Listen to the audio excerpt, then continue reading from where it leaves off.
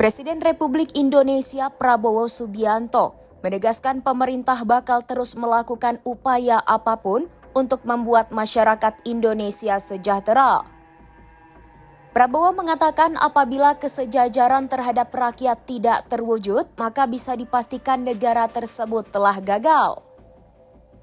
Pernyataan itu disampaikan Prabowo dalam pidatonya di sidang tahunan DPR MPR RI di Gedung Nusantara, Kompleks Parlemen Senayan, Jakarta pada Jumat 15 Agustus 2025.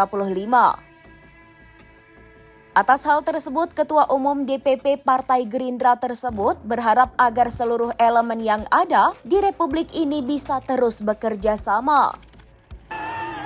Ia mengatakan apabila seluruh upaya untuk memberikan kesejahteraan terhadap rakyat dikerjakan bersama, maka tujuan tersebut bisa didapatkan. Meski demikian, Prabowo merasa tidak masalah apabila ada pihak yang memang tetap berada di luar pemerintahan. Hal itu penting, kata dia, agar jalannya kepemimpinan saat ini bisa dikoreksi dan kritik.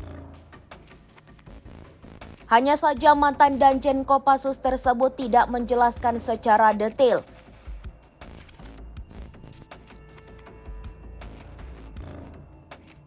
pihak mana yang selama ini masih menunjukkan sikap berada di luar pemerintah. Dirinya hanya berharap bahwa kritikan tersebut tetap harus dilayangkan meski terkadang membuat dada sesak.